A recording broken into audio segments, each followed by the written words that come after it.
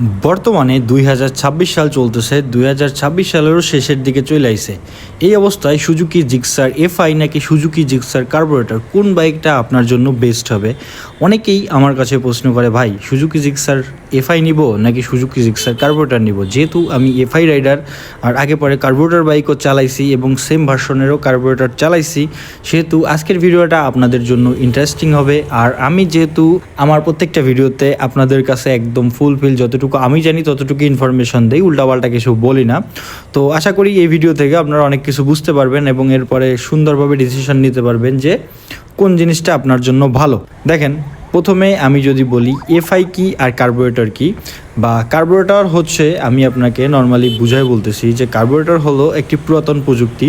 আমরা যখন ছোট ছিলাম তখন থেকে এখন পর্যন্ত যে বাইকগুলো ছিল এই প্রত্যেকটা বাইকই কিন্তু কার্বোরেটর প্রযুক্তিতে চলতো। এখন কার্বোরেটর কিভাবে কাজ করে? পেট্রোল আর বাতাস মিলে ইঞ্জিনে যায় এবং সম্পূর্ণ মেকানিক্যাল সিস্টেমের মাধ্যমে এটা কাজ করে। কিন্তু অন্যদিকে যখন এফআই এর কথা বলবেন বা ফুয়েল ইঞ্জেকশনের কথা বলবেন, এটা কিন্তু একদম লেটেস্ট টেকনোলজি।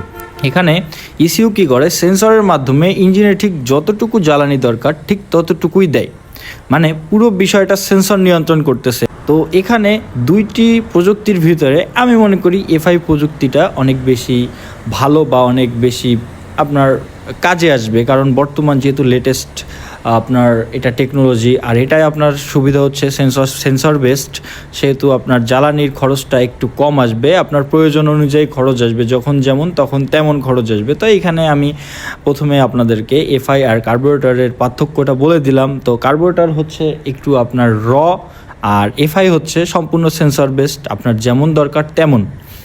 তো এখন দুইটা বাইকের পারফরমেন্সের কথা বলি। দেখেন, কার্বোরেটর যে বাইকগুলা, এই কার্বোরেটরের থ্রোটল রেসপন্সটা অনেক বেশি কার্বোরেটরের থ্রোটল রেসপন্স এক কথায় পুরো মাখন একটা ফিল দেয়।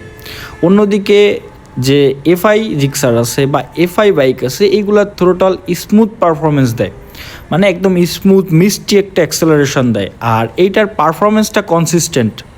ঠিক আছে, যে কারণে আপনার এফআইটা, যদি এফআইয়ের সাথে আপনি একবার মনে করেন অভ্যস্ত হয়ে যান, তখন আপনার কাছে এফআই ভালো লাগবে। আবার যদি আপনি কার্বোরেটরের সাথে অভ্যস্ত হন, তখন কি আপনার এফআই ভালো লাগবে না, কারণ কার্বোরেটরের ওই ফিলটা আপনি এফআইতে পাবেন না।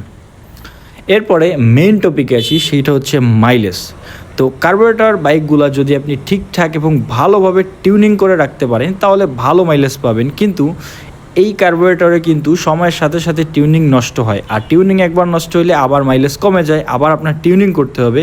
কিন্তু এফআই বাইকগুলোতে ইসিউ নিজে নিজেই ফুয়েল কন্ট্রোল করে, ঠিক আছে, যার ফলে যেহেতু এটা সেন্সর বেসড, সেহেতু এফআই থেকে মাইলেজ অনেক ভালো পাওয়া যায়। আর সব থেকে বড় কথা, এফআই থেকে মাইলেজ কনসিস্টেন্ট পাওয়া যায়, মানে আপনার একরকম পাওয়া যায় অনেক দিন যাবত, খুব বেশি একটা সমস্যা হয় না। যেমন ধরেন আমার এই বাইকটা এফআই, আমি বাইক কেনার 6 মাস পরে আমার বাইকের থ্রোটল বডি প্লাস হচ্ছে আপনার এফআই টেফআই যা যা আছে এগুলো ক্লিন করাইছি, এখন পর্যন্ত একদম খুব সুন্দর একটা মাইলেজ দিচ্ছে।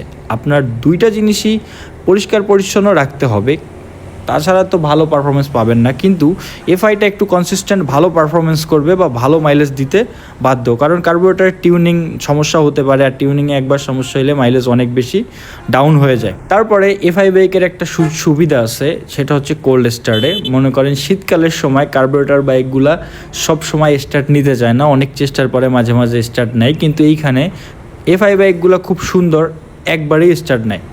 এখানে এফআই বাইকের একটা বড় সুবিধা আছে। তাছাড়া পাহাড়ি রাস্তায় আপনার বৃষ্টি ঠান্ডা গরম সব কিছু মিলায় এফআই যে বাইকগুলো আছে এইগুলো একদম কনসিস্টেন্ট পারফরমেন্স দেয়। কার্বোরেটর বাইক মাঝে মাঝে টিউনিং পরিবর্তনের দরকার হয়। এখন আসি মেইন টপিকে। এই দুইটা বাইক মানুষ যে কারণে মানে কনফিউশনে থাকে সেটা হচ্ছে সার্ভিসিং। তো কার্বোরেটর বাইকগুলোর বিষয় হচ্ছে এমন যে আমাদের এলাকায় বা গ্রাম অঞ্চলে যে ধরনের মানে মেকানিক পাওয়া যায়, এরা কি করে, এরা সেই প্রথম থেকে কার্বোরেটর বাইকগুলা সার্ভিস করে আসতে আসতে এরা কার্বোরেটরের উপরে অনেক ভালো একটা অভিজ্ঞতা অর্জন করে ফেলছে, যে কারণে তাদের এই কার্বোরেটর বাইকগুলার কাজ করতে তেমন একটা বেশি সমস্যা হয় না। কিন্তু এফআই বাইকগুলো তাদের কাছে একটু প্রবলেম মনে হয়।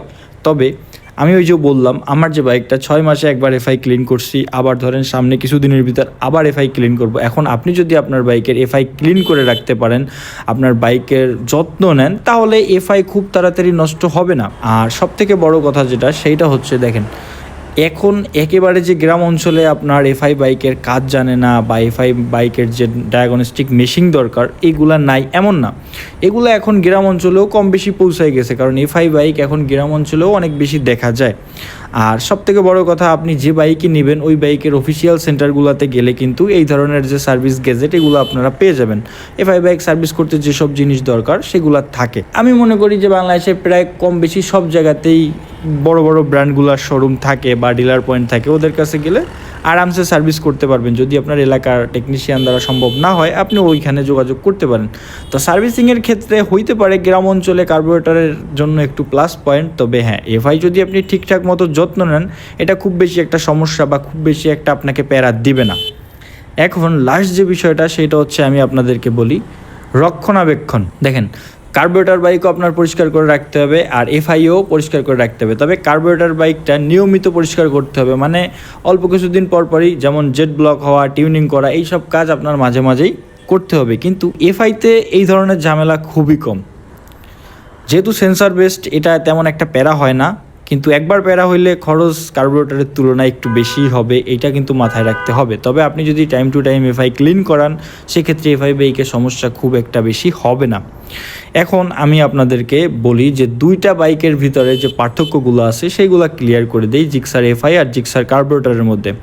জিক্সার এফআইতে সাধারণত পাবেন fuel injection system, ECU, extra কিছু সেন্সর, স্মুথ থ্রোটল রেসপন্স, ভালো ইমিশন কন্ট্রোল, আধুনিক প্রযুক্তি, আর তুলনামূলকভাবে ভালো মাইলেজ পাবেন এবং মাইলেজটা স্থির পাবেন, আপ ডাউন করবে না।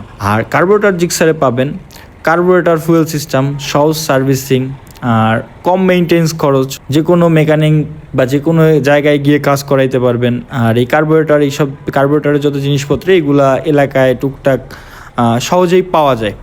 এখন আমি বলি যে আপনি যদি এফআই বা কার্বোরেটর নেন কোন বাইকে কেমন খরচ আসতে পারে।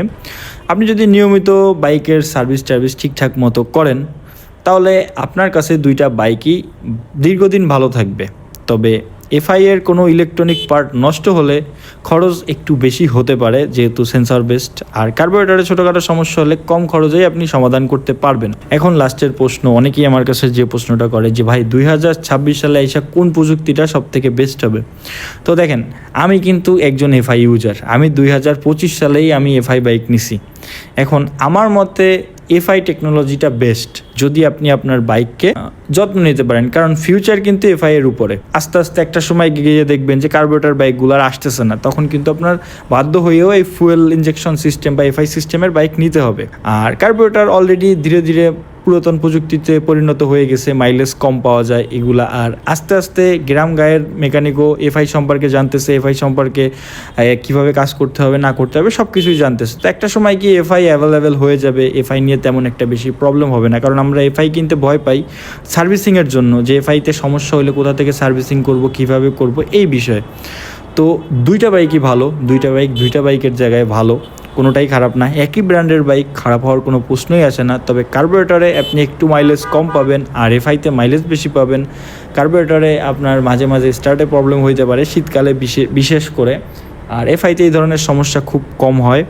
তবে হ্যাঁ, যাদের কাছে এফআই মজা লাগে তাদের কাছে এফআই ভালো, যাদের কাছে কার্বোরেটর ভালো লাগে তাদের কাছে কার্বোরেটর ভালো। আমি কোনো বাইককে ভালো খারাপ বলবো না। এখন আপনার পছন্দ অনুযায়ী আপনি বাইক চুজ করতে পারেন। যদি আপনি টুকটাক রাইড করেন এবং আপনার টার্গেট থাকে যে আমার অত বেশি মাইলেজের দরকার নেই, আমার একটু র ফিল দরকার, তাহলে আপনি চাইতে পারেন। বা আপনি গ্রামে থাকেন, আপনার এলাকার মেকার তেমন একটা বেশি ভালো না বা আপনি অত বুঝেন না, সেক্ষেত্রে আপনি যাইতে পারেন কার্বোরেটরের দিকে। আর যদি আপনার আরেকটা কথা, যদি আপনার বাজেট কম হয় সেক্ষেত্রে আপনি কার্বোরেটরের দিকে যাইতে পারেন। কার্বোরেটর বাইকের দাম কিন্তু এফআই এর তুলনায় কম, কিন্তু এই বাইকগুলোতে কিন্তু আপনি বাকি যত সিস্টেম আছে সব কিছু কিন্তু একই পাচ্ছেন।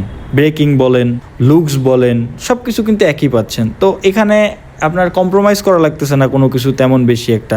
তো বাজেট কম হলে আপনি যে জিক্সার কার্বোরেটর নিলে ঠকে যাচ্ছেন বা ভালো কিছু চয়েস করতে পারতেছেন না, ব্যাপারটা এমন না। একই রকম জিনিস পাচ্ছেন, টেকনোলজি দুইটা আলাদা। তবে যদি আপনার বাজেট ঠিক থাকে এবং আপনি যদি ভবিষ্যতে চিন্তা করে বাইক নেন এবং ভালো মাইলেজ চান, যে আমার ভালো মাইলেজ দরকার, স্মুথ পারফরমেন্স দরকার, আধুনিক প্রযুক্তি দরকার, তাইলে আপনি এফআইয়ের দিকে যাইতে পারেন। আমার যদি কেউ জিজ্ঞেস করে, আমি আমার ব্যক্তিগত মতামত বলবো যে 2026-2027 কাছাকাছি চলে এসেছি। এখন বর্তমানে সুজুকি জিক্সার এফআই না, শুধু যে সুজুকি জিক্সার এফআই এমন না, আপনি যে ব্র্যান্ডের বাইক কিনেন এফআই টেকনোলজির সাথে বাইক নেন, মাইলেজ ভালো, পারফরমেন্স স্মুথ, স্টার্টিংয়ের কোনো ঝামেলা নেই, ভবিষ্যতের জন্য একটা ভালো বাইক চান, তাহলে আমি বলবো যে এফআই চুজ করতে পারেন। আর আপনার বাজেট কম থাকলে, মাইলেজ নিয়ে অত প্যারা নেই, গ্রামে রাইড করবেন, একটু র পাওয়ার দরকার, তাহলে আপনি কার্বোরেটর নিতে পারেন। তো এই ছিল আজকের ভিডিও, আশা করি বুঝতে পারছেন। তো দেখা হবে পরবর্তী কোনো ভিডিওতে। আর আজকের ভিডিও নিয়ে কোনো যদি আপনাদের প্রশ্ন থাকে অবশ্যই কমেন্টে জানাবেন, আমি প্রশ্নের উত্তর দেওয়ার চেষ্টা করব।